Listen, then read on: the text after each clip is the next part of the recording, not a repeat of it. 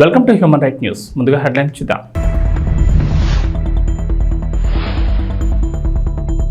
వాడవాడల స్వాతంత్ర దినోత్సవ వేడుకలు, దేశవ్యాప్తంగా మిన్నంటిన సంబరాలు.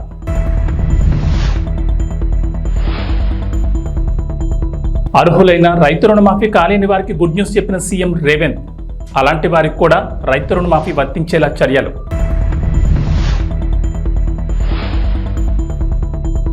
స్వాతంత్ర దినోత్సవ వేడుకల్లో జాతీయ జెండాను ఆవిష్కరించిన ముఖ్యమంత్రి చంద్రబాబు.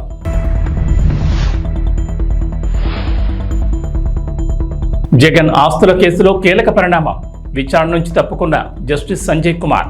2 శతాబ్దాల పాటు ప్రజలను హింసిస్తూ పన్నుల భారం వేసి జాత్యహంకారంతో సాగిన బ్రిటిష్ పాలనకు ఆగస్టు 15, 1947లో ముగింపు పలికారు భారతీయులు. వారి దుర్మార్గపు పాలనకు వ్యతిరేకంగా చేపట్టిన ఉద్యమం స్వాతంత్ర పోరాటానికి దారితీసింది. 1857 తిరుగుబాటుతో ఈ స్వాతంత్ర పోరాటం తీవ్ర రూపం దాల్చింది. ఈ సిపాయిల తిరుగుబాటు బ్రిటిష్ ఈస్ట్ ఇండియా కంపెనీ పునాదులను కదిలించింది. భారత పరిపాలనలో బ్రిటిష్ వారి అసమర్థతను ఇది బహిర్గతం చేసింది.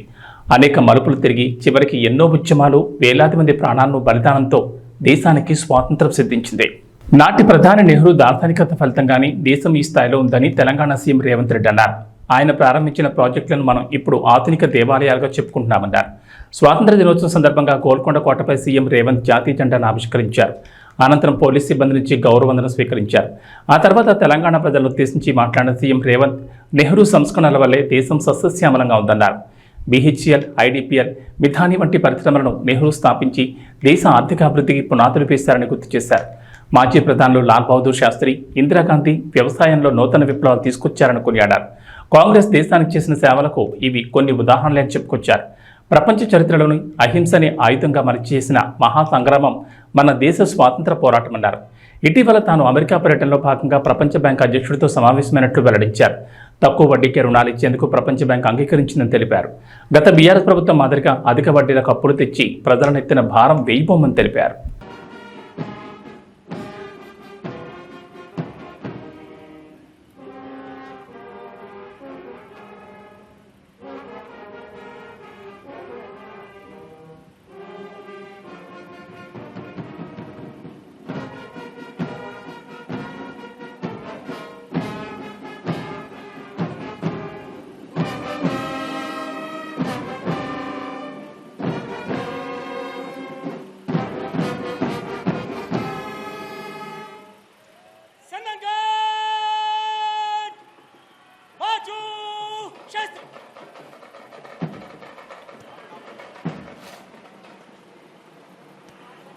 మిత్రులారా,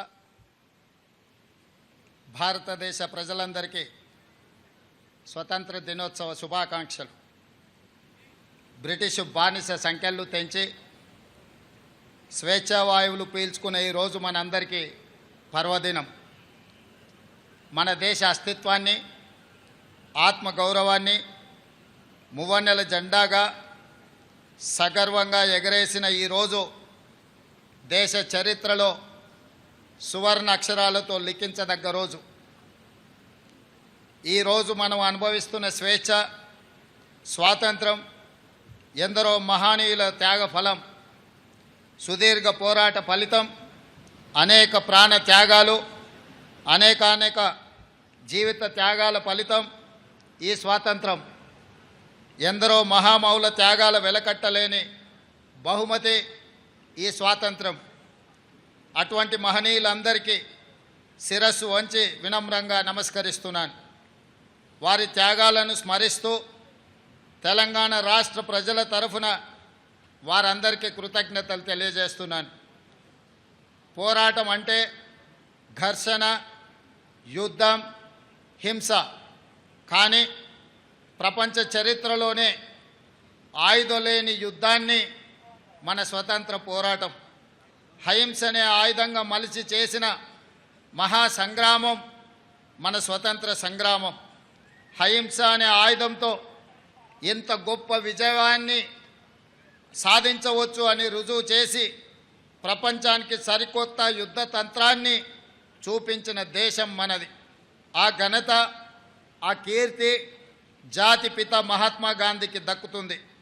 ఈ సందర్భంగా ఆ మహనీయుడి దార్శనికతకు శిరస్సు వంచి నమస్కరిస్తున్నాను. ఈ దేశానికి స్వతంత్రం సాధించడంలో గమ్యం చేరినట్టు కాదు. అప్పుడప్పుడే పురుడు పోసుకున్న ప్రజాస్వామ్య దేశం ఒకవైపు సవలాక్ష సమస్యలు, మరోవైపు దేశ విభజన గాయాలు, ఇంకోవైపు దేశ గుండెలపై సంస్థానాల కుప్పట్లు. ఈ పరిస్థితిలో ప్రజాస్వామ్య దేశంగా భారత్ నిలకుదొక్కుకోవడానికి బలమైన పునాదులు వేసి ఆధునిక భారతావనిగా అవతరించడానికి అవసరమైన ప్రణాళికలు రచించి కార్యాచరణ ప్రకటించి సగర్వంగా సమున్నతంగా ఈ దేశాన్ని నిలబెట్టాల్సిన బృహత్తర బాధ్యత నాటి కాంగ్రెస్ పార్టీ నాయకత్వ భుజాలపై ఉండింది. అజాగ్రత్తగా ఉన్న, అలసత్వం వహించిన, రాజనీతి లోపించిన, దూరదృష్టి కొరవడిన నేడు మనం ఉన్న ఈ భారతదేశం ఒక కలగానే మిగిలిపోయేది. శతాబ్దాల దోపిడీ అణిచివేతల తర్వాత స్వతంత్రానంతరం 1947లో అధికారం చేపట్టే నాటికి అంతా శూన్యం.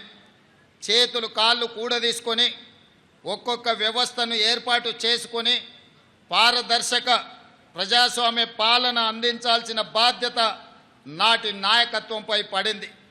తొలి ప్రధాని పండిత్ జవహర్లాల్ నెహ్రూ వంటి గొప్ప మానవత్వవాది దార్శనికుడి కారణంగా భారతదేశం ఈనాడు ఒక వైభవోపేత వైజ్ఞానిక దేశంగా, పారిశ్రామిక శక్తిగా ఎదగగలిగింది అని చెప్పక తప్పదు.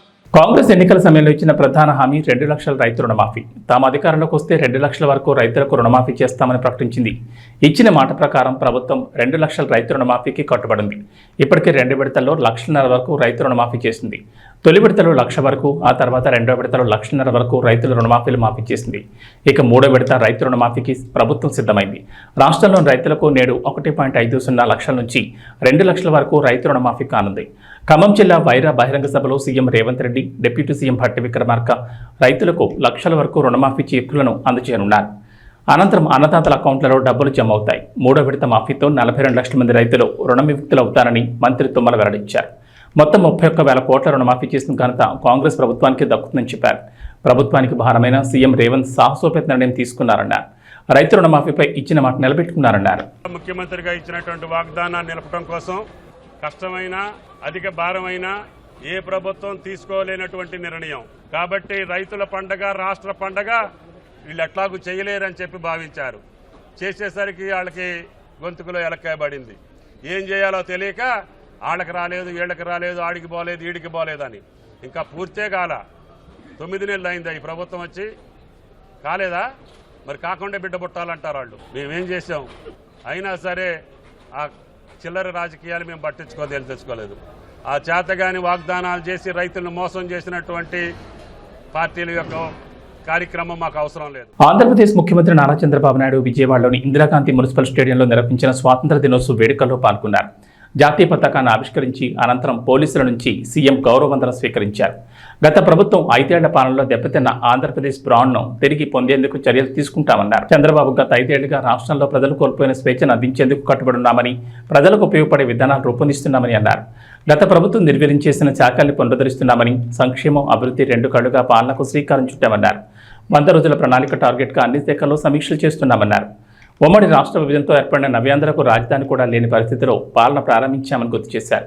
అలాంటి క్లిష్ట పరిస్థితి నుంచి ప్రభుత్వాన్ని పట్టాలెక్కించామని, తమకున్న అనుభవం, ప్రజల సహకారంతో కొద్ది కాలంలోనే నిలదొక్కుకోగలిగామన్నారు. 2014-19 మధ్య 120కి పైగా సంక్షేమ పథకాలతో ప్రజల జీవన ప్రమాణాలు మెరుగుపరిచామన్నారు. ఆంధ్రప్రదేశ్ ఈజ్ ఆఫ్ డూయింగ్ బిజినెస్లో దేశంలోని మొదటి స్థానంలో నిలిచిందన్నారు. 16 లక్షల కోట్ల పెట్టుబడులకు ఒప్పందాలు చేసుకుని దేశం దృష్టిని ఆకర్షించామన్నారు చంద్రబాబు. పెట్టుబడులకు ఒప్పందాలు చేసుకుని దేశం దృష్టి ఆకర్షించాం. 14-19 కాలంలో రాష్ట్రం అన్ని రంగాల్లో అనూహ్యంగా దూసుకుపోయింది. దేశంలో నాడు ఆంధ్రప్రదేశ్ ఒక పెద్ద బ్రాండ్గా ఆవిష్కృతమైంది. రాజధాని లేని రాష్ట్రం అని బాధపడుతూ కూర్చోలేదు. క్రైసిస్ నుంచి ఆపర్చునిటీ ఎదుర్కొన్నాం. ఆ క్రమంలో రాష్ట్రానికి నడిబొడ్డుగా ఉండే అమరావతి ప్రాంతంలో దేశం గర్వించే రాజధానికి శంకుస్థాపన చేసుకున్నాం. ప్రజల సహకారంతో 34,000 ఎకరాల భూసేకరణ చేసి ప్రపంచం చర్చించుకునే డిజైన్లతో సంపద సృష్టించే రాజధాని నిర్మాణాన్ని మొదలుపెట్టాం. మనది వ్యవసాయ ఆధార రాష్ట్రం. రైతు బాగుంటేనే రాష్ట్రం బాగుంటుందని నేను ఎప్పుడూ నమ్ముతాను. అందుకే సాగునీటి రంగానికి అత్యంత ప్రాధాన్యత ఇచ్చి నాడు 5 ఏళ్లలో 68,000 కోట్ల రూపాయలు ఇరిగేషన్పై ఖర్చు చేశాం. రాష్ట్రానికి జీవనాడి అయిన పోలవరం ప్రాజెక్టుకి అత్యంత ప్రాధాన్యత ఇచ్చాం. ఒక యజ్ఞంలా పోలవరాన్ని నాడు పరుగులు పెట్టించి 73% పనులు పూర్తి చేశాం. తెలుగుదేశం ప్రభుత్వం కొనసాగి ఉంటే ఈ పాటికే పోలవరం పూర్తయి ఆ ఫలాలు రాష్ట్రం ప్రజలు పొందేవాళ్లు. 120కి పైగా సంక్షేమ పథకాలు, అభివృద్ధి పథకాలు, శాంతి భద్రతలు, అందరికీ ఉపాధి, పెట్టుబడులు, ఉద్యోగ అవకాశాలతో రాష్ట్రం దూసుకుపోతున్న క్రమంలో 2019లో వచ్చిన ఎన్నికల ఫలితాలు రాష్ట్రాన్ని చీకటిమయం చేశాయి. ఏపీ మాజీ ముఖ్యమంత్రి వైఎస్ జగన్ ఆస్తుల కేసుల విచారణలో కీలక పరిణామం జరిగింది. జగన్ ఆస్తుల కేసులో ప్రమేయం ఉన్న భారతీ సిమెంట్ కార్పొరేషన్, జగతి పబ్లికేషన్స్, విజయసాయిరెడ్డిలకు వ్యతిరేకంగా ఈడీ దాఖలు చేసిన కేసు విచారణ నుంచి జస్టిస్ సంజయ్ కుమార్ తప్పుకున్నారు. గతంలో తెలంగాణ హైకోర్టు జగన్ ఆస్తుల కేసులకు సంబంధించి నమోదైన సిబిఐ కేసుల్లో తీర్పు వెలువడిన తర్వాతే ఈడీ కేసుల్లో తీర్పునివ్వాలని ఆదేశించింది. సిబిఐ ఈడీ కేసులను విడివిడిగా లేదా సమాంతరంగా విచారించిన ఆ పద్ధతిని అనుసరించాలని తెలిపింది. గత ఏడాది మే నెలలో హైకోర్టు తీర్పును ఈడీ సుప్రీంకోర్టులో సవాల్ చేసింది. బుధవారం ఈడీ పిటిషన్లపై సుప్రీంకోర్టులో విచారణ జరగా జస్టిస్ సంజీవ్ ఖన్నా, జస్టిస్ సంజయ్ కుమార్లతో కూడిన ద్విసభ్య ధర్మాసనం ముందుకొచ్చింది. అయితే కేసు ప్రారంభమైన వెంటనే తాను విచారణ నుంచి తప్పుకుంటున్నానని జస్టిస్ సంజయ్ కుమార్ తెలిపారు. ఇరుపక్షాల లాయర్లు వాదనలు వినిపించేందుకు సిద్ధమవగా జస్టిస్ సంజీవ్ కుమార్ లేని ధర్మాసనం ముందు పిటిషన్ను లిస్ట్ చేయనున్నట్లు జస్టిస్ సంజీవ్ ఖన్నా వెల్లడించారు.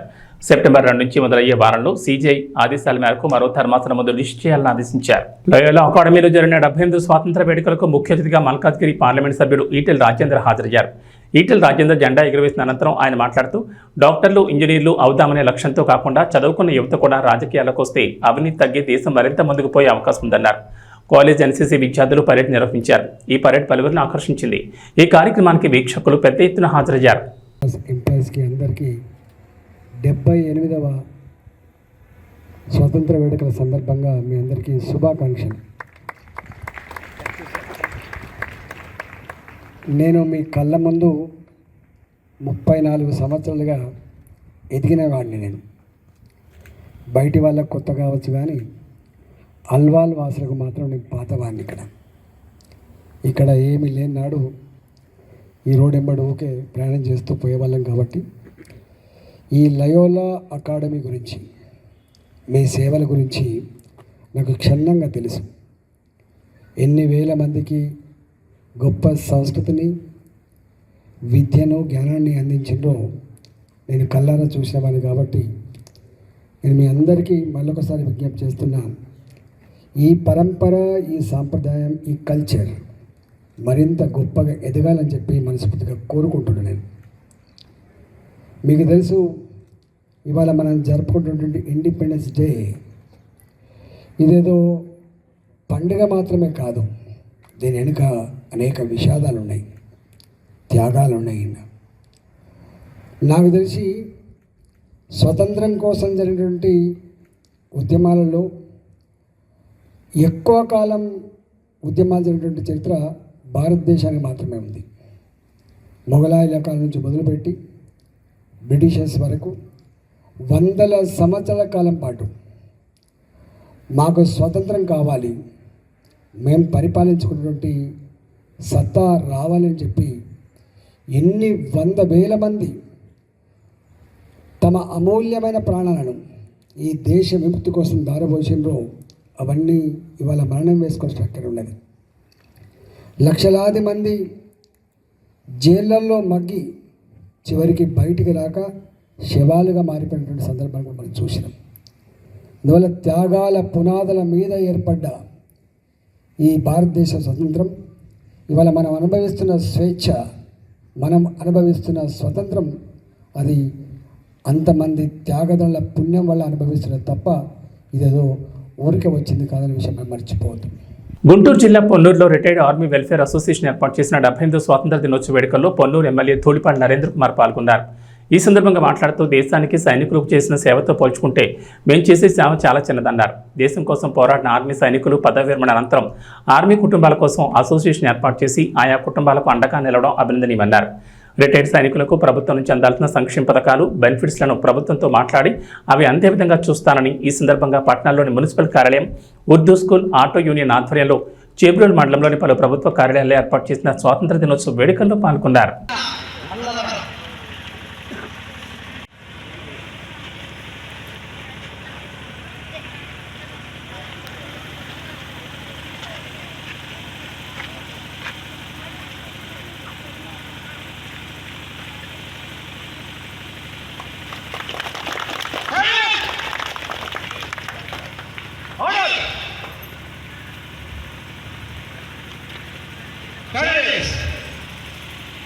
చాలా ర్యాలీ కూడా ఉంది. అందరూ కూడా మీ అందరికంతా పాల్గొనండి. అవకాశం అందరికీ ధన్యవాదాలు తెలుసుకుంటున్నాం. 78వ స్వాతంత్ర దినోత్సవ సందర్భంగా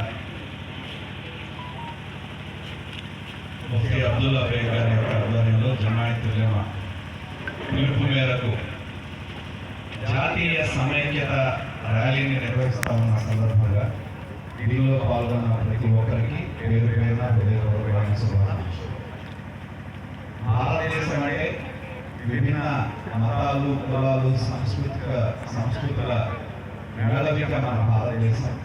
కానీ మన భారతదేశంలో ఉన్న మనందరం కూడా మన కులం ఏదైనా, మతం ఏదైనా, ప్రాంతం ఏదైనా, మనందరం కూడా భారతీయులు అనే స్ఫూర్తిని గుర్తు చేసే విధంగా ఇవాళ ఈ ర్యాలీని నిర్వహిస్తున్నందుకు మనస్ఫూర్తిగా అభినందనలు తెలియజేస్తా ఉన్నా.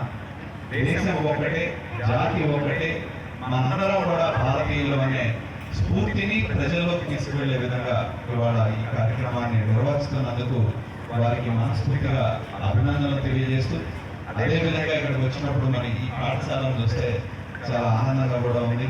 వాళ్ళు రెండు ఒక మదర్స అయినా కూడా అటు అరబిక్తో పాటు ఇంగ్లీష్ కూడా నేర్పించే విధంగా ఇక్కడ పాఠశాలని మదర్సాన్ని నిర్వహిస్తూ ఉన్నారు. చాలా సంతోషం. ఎందుకంటే ఆధునిక సమాజంలో కూడా చదువు అనేది ఎంతో ప్రాధాన్యత నెలకొంటా ఉన్న నేపథ్యం మనం చూస్తూ ఉన్నాం. ఎంతో మందిని మనం చూస్తాం. ఎందుకంటే మరి ఇవాళ ప్రభుత్వం కూడా మీ అందరికీ తెలుసు, స్కిల్ డెవలప్మెంట్ సెంటర్లకు ప్రాధాన్యత ఇవ్వాలి అనే ఉద్దేశంతో ప్రభుత్వం కూడా ఉంది. ఎందుకంటే మనలో ఉన్న విద్య ద్వారా నైపుణ్యత కనుక పెంపొందిస్తే దానివల్ల ఉపాధి అవకాశాలు పెరిగి దానివల్ల మన కుటుంబాల యొక్క జీవనోపాధి కూడా మెరుగైన జీవితం కూడా మనకు వచ్చే అవకాశం ఉంది. కాబట్టి ఈనాడు ప్రభుత్వం కూడా రాష్ట్ర వ్యాప్తంగా ఈ సెన్సెస్ కూడా, స్కిల్ సెన్సెస్ కూడా ప్రభుత్వం తీసుకుంటా ఉంది. ఎంతోమంది యువత ఇక్కడ ఉన్నారు. తప్పనిసరిగా మరి ప్రభుత్వం యొక్క అందించే కార్యక్రమాలు ఏదైనా ఉంటే మనకి ఇక్కడ మన మదర్సాలు అమలు చేసే అవకాశం ఉంటే మాకు తెలియజేయండి.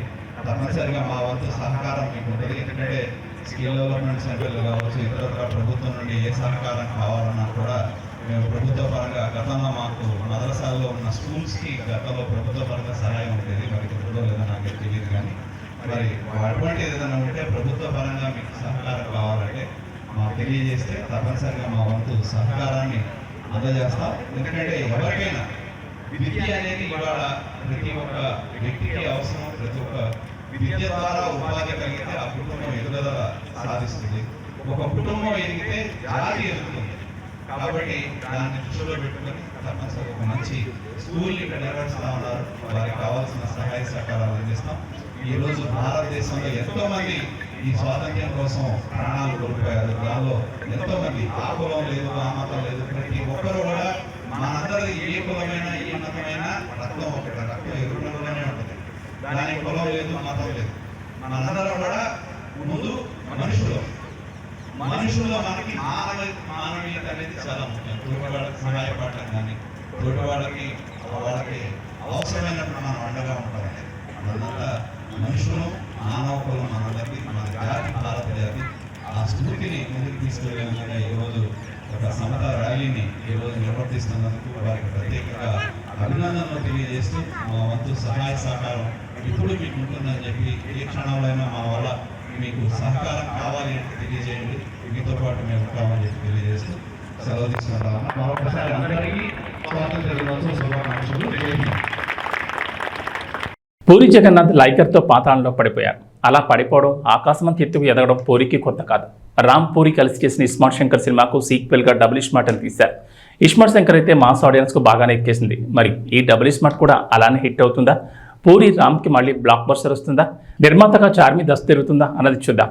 ఇక కథ విజయానికి వస్తే బిగ్ బుల్ సంజయ్ దత్ తనకు బ్రెయిన్ ట్యూమర్ ఉండడంతో 3 నెలల్లో చనిపోతానని తెలుసుకుంటాడు. తాను చిరకాలం బతకాలను కోరుకుండడం, బిగ్ గోల్తో బతకాలని అనుకుంటాడు. దీనికోసం తన మెమొరీ ట్రాన్స్ఫర్మేషన్ కోసం ప్రయత్నాలు మొదలు పెడతాడు. ఇస్మార్ట్ శంకర్ రామ్ పోతనేనికి ఆల్రెడీ మెమొరీ ట్రాన్స్ఫర్మేషన్ సక్సెస్ అయిందని, అతనిలో తన మెమొరీస్ చొప్పించాలని ఇస్మార్ట్ శంకర్ రూపంలో తాను మళ్ళీ బతకాలను కోరుకుంటాడు. దీంతో ఇస్మార్ట్ శంకర్ కోసం తన గ్యాంగ్ని దింపుతాడు. ఇస్మార్ట్ శంకర్ సైతం బిగ్ బుల్ మనీని కొల్లగొడుతుంటారు. ఈ క్రమంలో జన్నత్ కావ్య తాపర్ కూడా ఇస్మార్ట్ శంకర్తో చేతులు కలుపుతుంది. ఇస్మార్ట్ శంకర్ సైతం తన టార్గెట్ బిగ్ బుల్ అని చెప్తూ ఉంటాడు. ఇస్మార్ట్ శంకర్కి మెమొరీ ట్రాన్స్ఫర్మేషన్ చేసేందుకు బిగ్ బుల్ చేసిన ప్రయత్నాలేంటి, ఆ ట్రాన్స్ఫర్మేషన్ జరిగిన తర్వాత ఏర్పడిన పరిణామాలేంటి, బిగ్ బుల్ని పట్టుకునేందుకు రా ఏం చేసింది, ఈ కథలో జన్నత్ పాత్ర ఏంటి, పోచమ్మ క్యారెక్టర్ కొన్న ఇంపార్టెన్స్ ఏంటి, చివరికి ఏం జరుగుతుందా అన్నది తెరపై చూడాల్సిందే. ఇక వాతావరణ విషయానికి వస్తే తెలంగాణకు హైదరాబాద్ వాతావరణ కేంద్ర అధికారులు రెయిన్ అలర్ట్ జారీ చేశారు. రాష్ట్రంలో ఇవాళ కూడా భారీ వర్షాలకు ఛాన్స్ ఉందని చెప్పారు. ఉరుములు మెరుపులతో పాటుగా గంటకు 30 నుంచి 40 కిలోమీటర్ల వేగంతో బలమైన ఈదురుగాలులు వీచే అవకాశం ఉందని వెల్లడించారు. ప్రధానంగా హైదరాబాద్, రంగారెడ్డి, సంగారెడ్డి, కరీంనగర్, రాజన్న సిరిసిల్ల, సిద్దిపేట, వికారాబాద్, మేడ్చల్, మల్కాజ్గిరి, యాదాద్రి భువనగిరి, సూర్యాపేట జిల్లాల్లో వర్షాలు పడతాయని వాతావరణ శాఖ తెలిపింది. ఈ మేరకు ఆయా జిల్లాలకు ఎల్లో అలర్ట్ జారీ చేశారు. ప్రస్తుతం దేశవ్యాప్తంగా రుతుపవనాలు చాలా యాక్టివ్గా ఉన్నాయి. దీంతో పలు రాష్ట్రాల్లో భారీ నుంచి అతి భారీ వర్షాలు కురుస్తున్నాయి. రుతుపవన ద్రోణి ప్రభావం వల్ల మరో 2 రోజుల పాటు తెలుగు రాష్ట్రాల్లో వర్షాలు కురిసే అవకాశం ఉందని భారత వాతావరణ శాఖ తెలిపింది. తెలుగు రాష్ట్రాల్లో గత నెల రోజులుగా కురుస్తున్న భారీ వర్షాల వల్ల ప్రజలు తీవ్ర ఆందోళనకు గురవుతున్నారు. తెలంగాణలోని వాగులు, వంకలు పొంగి పొర్లుతున్నాయి. జలాశయాలు, ప్రాజెక్టులు నిండుకుండలా మారాయి. దాదాపు 2 ఏళ్ల తర్వాత శ్రీశైలం, నాగార్జున సాగర్ ప్రాజెక్టు గేట్లను పైకెత్తి నీటిని కిందికి విడుదల చేశారు. ఏబీ బులెటిన్ విశేషాలు. నమస్కారం.